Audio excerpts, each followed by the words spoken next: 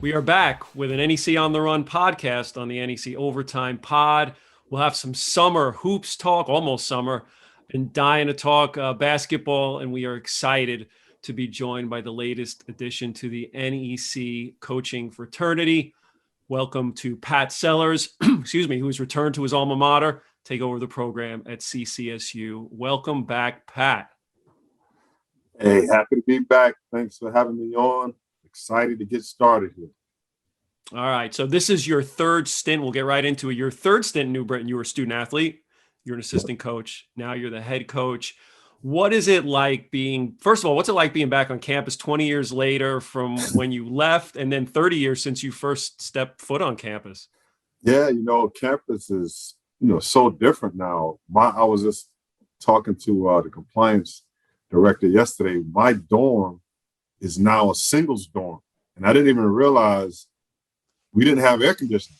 So that dorm still doesn't have air conditioning. I'm like, wow, I'll survive without any air conditioning. So no, campus has changed so much. There was you could drive through campus, the middle of campus when I was here as a player, and they shut that off. And it's like a real picturesque walkway. Student center is really nice. And they added a new cafeteria, a lot of new dorms. So it's a really nice place to be. That's great to hear. So let's go back to when you first arrived on campus as a student athlete. What was the road that led you to Central Connecticut when you were in high school? I went to high school down south in South Carolina, and most of my family's in New York City. So we would come up every summer in New York and hang out. So I said, if there's an opportunity to go up north and go to school, I wouldn't mind doing it. And at the time, Charleston Southern was recruiting me. Winthrop College, Winthrop University were recruiting me, Indiana State, and Central Connecticut. And Dave Ribzik, who was an assistant coach here, got my name from some scouting service, and he called. And honestly, at the time, Central Connecticut had just won Division I a couple years before. They had a schedule that was unbelievable. They went to Hawaii, California, Texas, all these different places. They were independent. That's old school for the young listeners. They were independent. And I was like, man, what a schedule. I wouldn't mind going all these different places. So I came up for an official visit. It was a nice sunny day, warm weather. And I ended up, it was only a couple hours from New York City. So I ended up signing a scholarship here. And then that's where I ended up here. And it's been a great place for me. Part of my life, big part of my life. I know as a freshman, you only played a few games under Bill Dietrich, who's the bona fide legend on this central campus. The gym is named after him, the arena. I won 468 games. What was he like? So, yeah, Coach Deke. So, like Coach Ribzik, say, hey, you're going to meet Coach Dietrich, blah, blah, blah. He's going to be great, Hall of Fame coach, Division II legend coach. And now he's moving up to Division I. So when I got here, he was, I was just like, man, this is a big time. It was a whole nother level for me because I came from a high school. My high school coach was a 6'8" former basketball player, big guy, tough guy. And I get to Coach Dietrich, and it was just like he opened a whole new world to me. He was teaching me something every day. Like my game was so based on athleticism. And I got here, and Coach Dietrich taught me basketball. And so that little stint I had with Coach Dietrich was huge. And his staff, Coach Ribzik and CJ Jones, who was later on the athletic director, those guys I learned so much basketball in that time frame with those guys. It just opened my eyes to a whole new world of basketball. So as you moved on in your career, first of all, I saw you play a few times. I was at Brooklyn College when they were D1. So you played them a few times. I actually came up to New Britain, did radio for a game up in Dietrich Gym back in the day when Mike Brown was coaching. That's right. So I saw you guys like Kevin Swan and Damian Johnson and Mark Ribchick, all, you did some good players on the team. And I also knew Mike from when he took over as head coach at Hunter College. I was the SID there. Now that guy's different. Like he's just built different. What did you take? You played for Mike for 3 years. What was that like? Yeah, Coach Brown, when I got the job at Fairfield a couple of years ago, Coach Brown lives in Fairfield. So he came over, sat down, we talked for a while. I mean, great. In the 3 years I was at Coach Brown, he came from Seton Hall. They were really successful. He was a big time recruiter. He coached all over the country. So when he came in, he kind of brought that Big East, that big time feel to the program. Like he was a guy we saw on TV all the time, and now this guy's coaching us. So we were sort of in awe of having Coach Brown as a coach. Dennis Jackson was one of the assistants along with Coach Ribzik. So Coach Jackson, remember 5-star was big time, and Coach Jackson was big time at 5-star, the Sandman. So those guys brought a big time, a high major college feel to the program. We played at USC, and there was a doubleheader. It was us versus USC, and the second game was Golden State versus the Clippers. And we're in the locker room after the game, and I mean, every Clipper and every Warrior would come in, Coach Jackson, hey, what's going on, Coach Brown? And we were just in awe, like, these guys know these NBA guys. So he brought a big time feel to the program. Coach Brown is a runner. He runs a lot, and he still runs. So during the preseason conditioning opened our eyes up to running, because we had to be up at 6 a.m. and we'd be running 5-6 miles at a time. And, a bunch of 18-year-olds. We did not like that, but he taught us a lot of toughness. He gave us that little swag, that little edge, and he gave us an inside look of what it was like to be at like one of those high major programs and the work we had to put in. Yeah, I think when you were, I don't know if you're junior or senior, Mike went run and gun for a while. Like, yes. You guys were trying to drop 100. I remember St. John's game watching, because I lived in the New York area, and they dropped, I think, 130 points on you, but you had 100 yourself. So yeah, that was so Loyola Marymount. Remember Loyola? Yeah. With Bo Kimmel, Hank Gathers, and those guys, we tried to run that system. So we put that system in, and that St. John's game I'll never forget. I was starting like 4-man, and I was in the back end of the press. And we're pressing like crazy.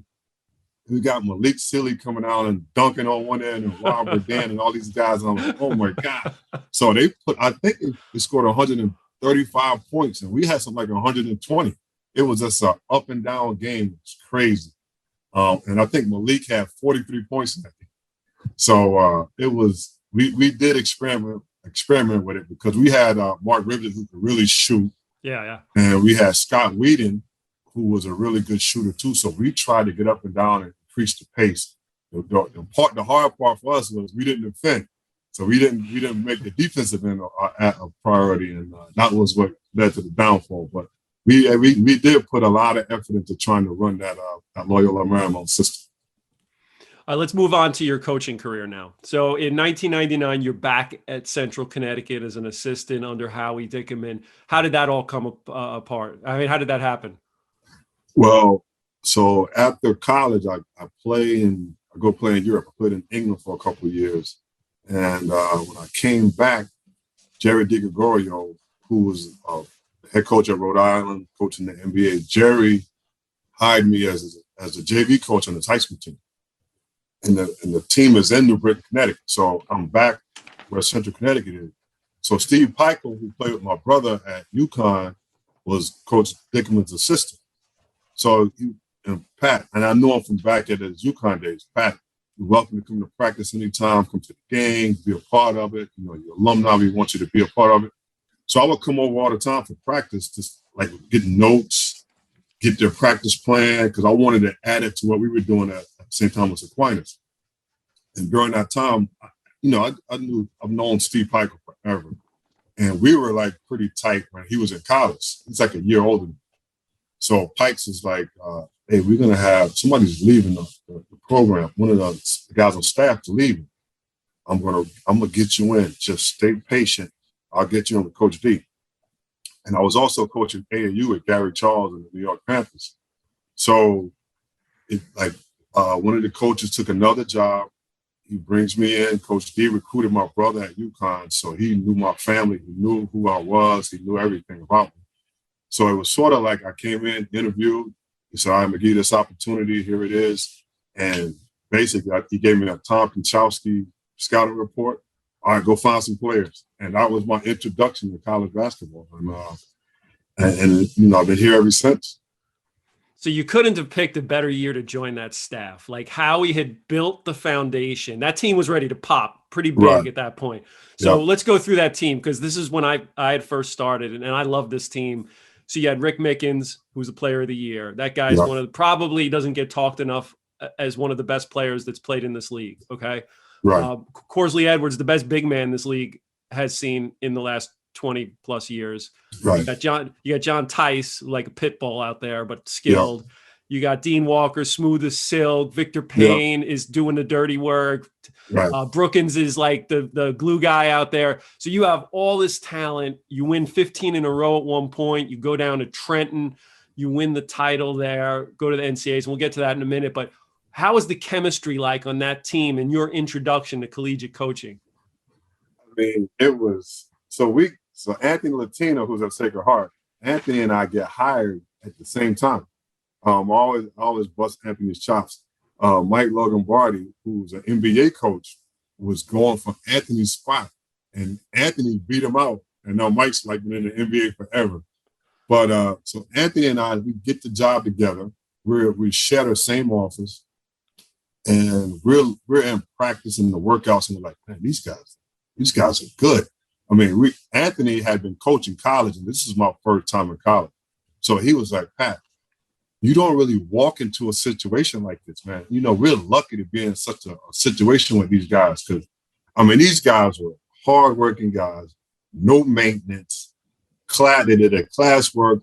They were veterans. Like you said, they were ready to pop. And we just got handed a gift. Basically, I was handed a gift. And I remember, you know, I think I told a story to somebody. Anthony and I are sitting in the office one day. We're talking, and I'm like, "Hey, man, I looked at the schedule. I think we're gonna be 22-5." And we go and we tell during our coaches meeting. I said, Anthony says, "Hey, Pat, so we're gonna be 22-5." He said, "I agree." And Pico looks at us like, "Are you guys crazy? It's hard to win in this league. Hard to win in Division I." But we literally go 22-5, and then we win the 3 games, and ended up being 25-6.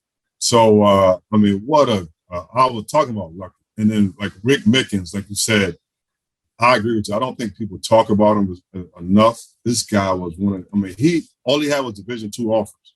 He came here and just worked himself into a player. I remember his last game in senior year, we played at Sacred Heart. I think he had 36 points, kind of solidified his MVP player of the year race. He was incredible. And then Corsley came here as a freshman, 6'9", 320 pounds, and fat and out of shape.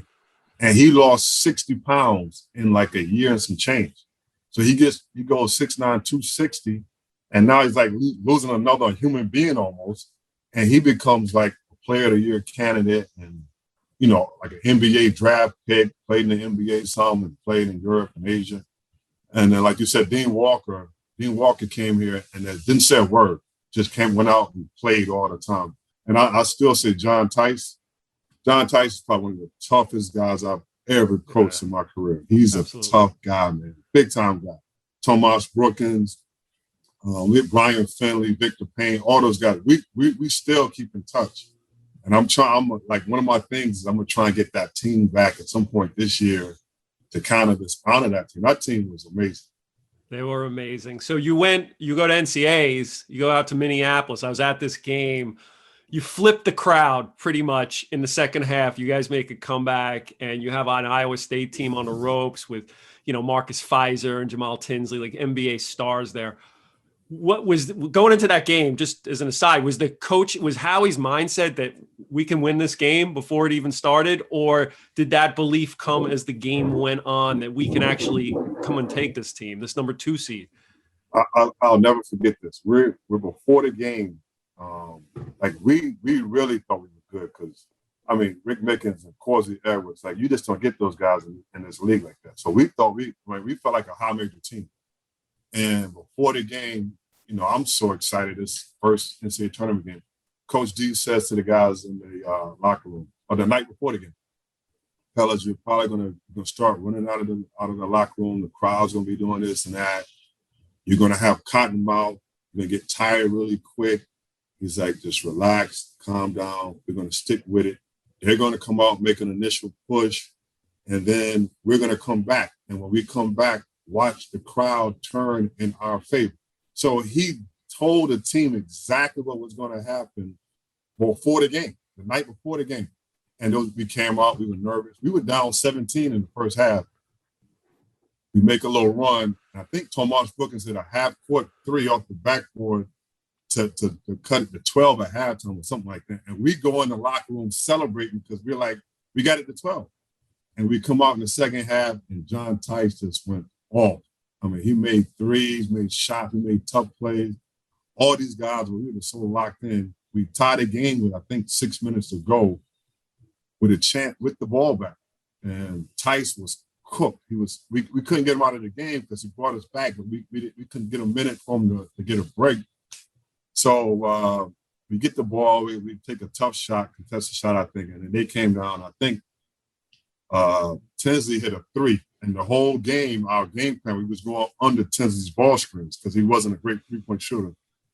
Makes a three, and he steals an inbound pass and lays it up. So we go just back to 5 like that. So, but that was a great game. I mean, our fans, and the fans, like the other team's fans were like, the atmosphere was great. It was, I thought we had a shot to win that game. We were really close. Yeah, it was exciting for sure. So at this point, Howie was really at the top of his game at this point as a head coach. He was really locked in. Honestly, I was kind of scared of him back in the day. Like everybody was. He was no nonsense. We had a banquet at Wagner in one of those years where we played the first couple rounds there, and you had went 19-1. It was the second team that won it all. That team was amazing too. And I congratulated him. We were walking somewhere from like room to room, and I said, "Hey, Howie, like, congrats, great season." And he just looked at me and he said, "The season's not over, Ron." And he walked away from me. And I was like, that's like, prime Howie right there. Exactly. And how intense, was he on a day-to-day basis, and how was he able to bring the best out of you as a coach and then the student athletes as well? Yeah, he, I said this. Like, to this day, I thank him all the time because my first album, like I tell you, he put the Tom Kachowski thing on my desk. All right, go get players, find some players. And, I would come in, hey, coach, player A, he's this, he's that. And he was like, what's his guidance counselor? Who's his, what's his coach? What's his favorite food? Like, you needed to know everything.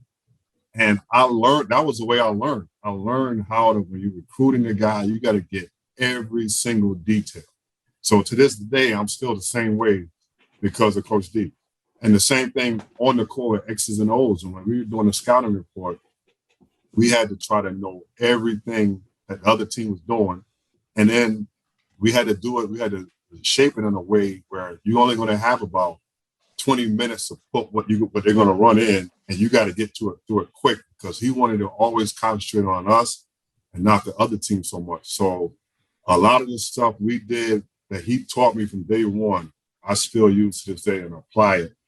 And then working guys out, like all the stuff we did workout-wise, I still use a lot of the stuff we did with the big guys back when I started with Coach D. I still use it to this day. It's still applicable. So I learned so much from him. And like you said, he was just really, really intense. So there were times where, like, every day I would get the New York Post, stop at Dunkin' Donuts, get the tea, New York Post. I come in early and I'm reading the Post real quick before I get going. And when Coach D would walk into the office, I'm putting the Post into my desk. Like, I got to do something because he's going to be all over you. So, I mean, he was just an intense guy, but it brought the best out of you. And it brought the best out of the players. Our players were the same way. They were always like on point. Everything, they were on top of their game because he kept you that. And my brother, who played at UConn with Coach Calhoun and Coach D worked with the big guys, to this day, calls Coach D on his birthday, loves him to death because he always said, Coach D told us a story. In his whole career coaching, he's never taken a phone call during practice. So except one time, my brother signed his first professional contract in Greece. And he called Coach D, and UConn was in practice. And Coach D was like, the secretary came out and said, Coach, Rod Sellers is on the phone. He wanted to talk to you. And he left practice to take the call because he just wanted to thank you. He said, Coach, I signed this big contract. I order you or whatever. So that's the kind of guy he is. And he just pushes everybody. And that's why this team, that's why this program, this team was so good. Yep, absolutely. So let's talk about, you mentioned some of the names before, some of the assistants that you worked with. So there's like an all-star lineup here. We got Anthony Martina, Sacred Heart with Steve Peichel, Rutgers, and Chris Casey, Niagara, all went on to be head coaches. That's quite a think tank that Howie assembled at one time. What was it like working with that group? And did you see this sort of star potential in your colleagues that you work with on a day-to-day basis? Yeah, I will going back to Coach D. It's him. It was him. He was the guy the catalyst who started everything. So when we got here, Anthony and I got here, Pikes have been here for 3 or 4 years already. So Pikes was so sharp and on his game from working with Coach D. So everything Coach taught us or Pikes would give us, Pikes was on his game. So I knew Pikes was going to be a head coach. You just saw it because he was on top of everything. And then when Steve left, Chris Casey came in. And Chris Casey was a grad assistant when I played back with Coach Dietrich.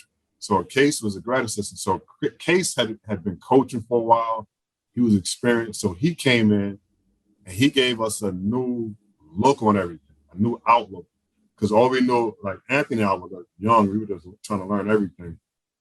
And Case came in and he was a really, really good defensive coach. So we'd be in the office every day and it was a clinic listening to Case talk about what we should do on defense. And he was telling Coach D and this and that. Anthony and I was just soaking it in. And I knew Case was going to be a great head coach too. And then Anthony was here, like he came in with me and he had the opportunity to leave here, go to Sacred Heart and like be like the associate head coach of like one of the top guys. So he took that opportunity and ended up, getting a head job. So, those guys, the guys I worked with here were great guys, all hard workers.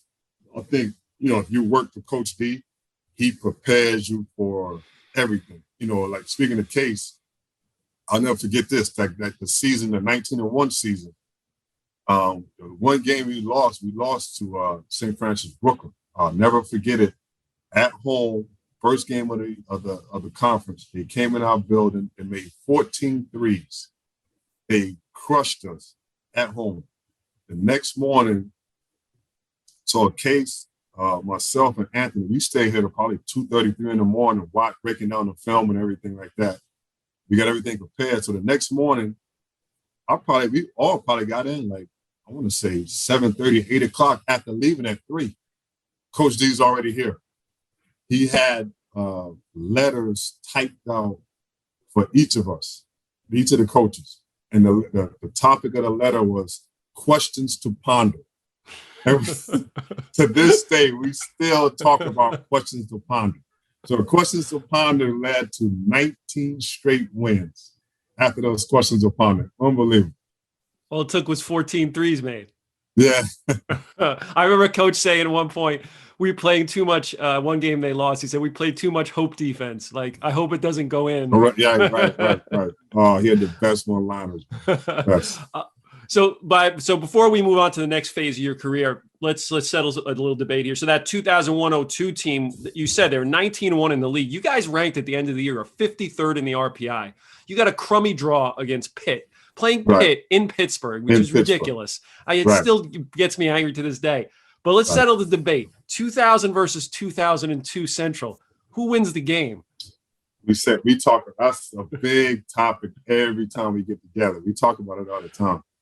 That team, that 2000 team with Rick Mickens and those guys, that's the special team. I don't know the 2000, the one with Ron Robinson and Cords and that crew.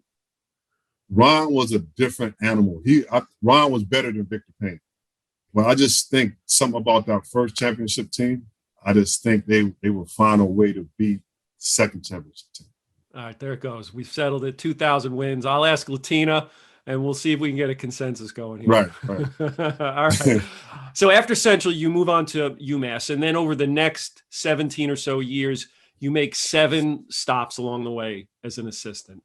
Life of an assistant coach can be like a nomadic existence. Yeah. You're going from town to town. The job security is not there. You're moving all over the country.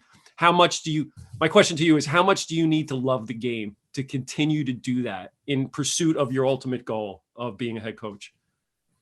Yeah. So with me, like these guys, like the guys I work with, the players I coach, like if you can ask those guys to a man and say, hey, what's Coach Sellers like? They're probably going to say at some point he loves basketball. So you have to love it to, I go to China, I go to Omaha, Chicago, I've been all over the place, but, it's something you love. So like I would be happy coaching high school in Alaska just because I like the game so much. At Fairfield, we were watching film one day or whatever, and Coach Young asked one of the guys something. We didn't play well the night before, whatever. He asked one of the guys something. The guy had a smart comment, and so he basically got mad and threw the team out of film. All right, you guys get out of here, whatever. We're coming back later on tonight. So I go kind of grab guys together, and I'm like, hey, man, you guys, we got to get this thing together, man. We got a good team, we got a good situation here. You guys got to, I'm trying to pump them up, whatever. And then I was just telling these guys, I said, fellas, I was like, I could hit Lotto tomorrow for $300 million. I said, you know what I'm going to be doing? I said, I'm not going to be on some vacation or whatever. I'm going to be trying to sign up for the Lakers. I'm trying to buy a piece of the Lakers and play for the Lakers. And then cracking up laughing. I was like, because I love basketball. So, like all of these, you have to love it to go to do all the places I've been or whatever and stay with it. So yeah, that's my biggest thing. I love the game.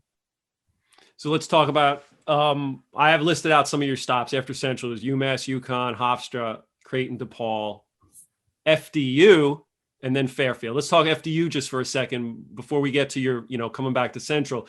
That, again, you walked into a situation where you got a team loaded with talent. That team was really good. Yeah. You win the NEC championship that year, you go on playing the NCAAs, win an NCAA tournament game. Yeah. What was your experience like with Coach Horrenda and the Knights? Oh, man, I was literally probably going to take a scouting NBA job and stay in Chicago. And Coach Ratner calls me, and like we've known each other forever. And I'm like, oh man, opportunity to come out here and coach. I love to be on the floor. So scouting, coaching is way better than scouting. So I come out. He said, come out and take a look at our maroon and blue scrimmage. So I go to the scrimmage, and I'm like, geez, these guys play hard and they're good. And I'm like, he said, Pat, what do you think? I said, man, these guys play hard, man. So I love to be a part of it. So I take the job, come to Jersey, and like you said, I'll come into a situation where they're loaded with talent and all just like that Central Connecticut team, all really good kids, like guys who like they're basketball guys. So no maintenance, nobody getting in trouble, just good basketball. And we get there, and I still say to this day, now I've coached in the Final Four, and I've been in part of some big-time NCAA tournament games and NEC championship games. I think the most fun game I've ever coached in college was that playing game versus Prairie. We were down 13, an amazing crowd, and we come back in the second half, and just the energy and the atmosphere. I mean, it was a great. That was probably one of the best games I've been a part of. It was a fun game. So with Coach Horrenda, really, really taught me how to run a program like NEC program, how to get the alumni guys involved, how to get the players juiced up about it, how to get the fans and everything. Like he would call the baseball coaches and get the baseball players. We would have some of the baseball players, the captain of the baseball team or whatever, come into the locker room before the game and talk to us because he wanted the baseball guys engaged during the game to get the crowd hyped up. So he was just he's really really good at you know him. He's a funny guy, high energy, whatever, and he's really good at just getting everybody engaged. So that those 2 years were great. Only thing I regret, I thought we could have won it the first year I was there. We were so loaded, we could have probably won it our first year, but our second year, a lot of fun winning that championship. Yeah, no, that team will go down. That's one of the better NEC championship teams, and the Jaleel Jenkins and the Darnell Edges and the Mike Holloways. They're just going to go as like one of the really good groups that stayed together for right. Yep. 4 years. Yep. So it was an exciting time. And again, Coach Arenda's great at like keeping those guys. Like how this climate is now, guys leaving right and left, and he kept those guys together, which is a testament to him. Absolutely. So when you came back to the NEC, were there any noticeable differences in the conference from when you left to when you returned? Did the NEC changed at all? To me, it feels like the game is faster. Like it's I always like I was recruiting, talking to guys. I was like, it's a guard-oriented league, so it's a lot of quick, fast, athletic guards. And so I think the game in this league is faster than the leagues I've been in the past. Even in the old NEC when I was here before, I think it's faster. I think like the coaching, guys, game plan a little bit different now. And then the game has changed. The game, with the hand check rules and the guys shooting threes now. So it's a fun. This league is a fun league to like watch. Like, I would say some of these big TV networks should try to get some of these games on because it's like True TV or somebody should get into it because it's a fun league to watch. And I think the fans would be all over this league if they saw it on a national stage. I like where you went with that. I agree with you. Let's go True TV. It's time to pony up. We get some NEC hoops. Yeah.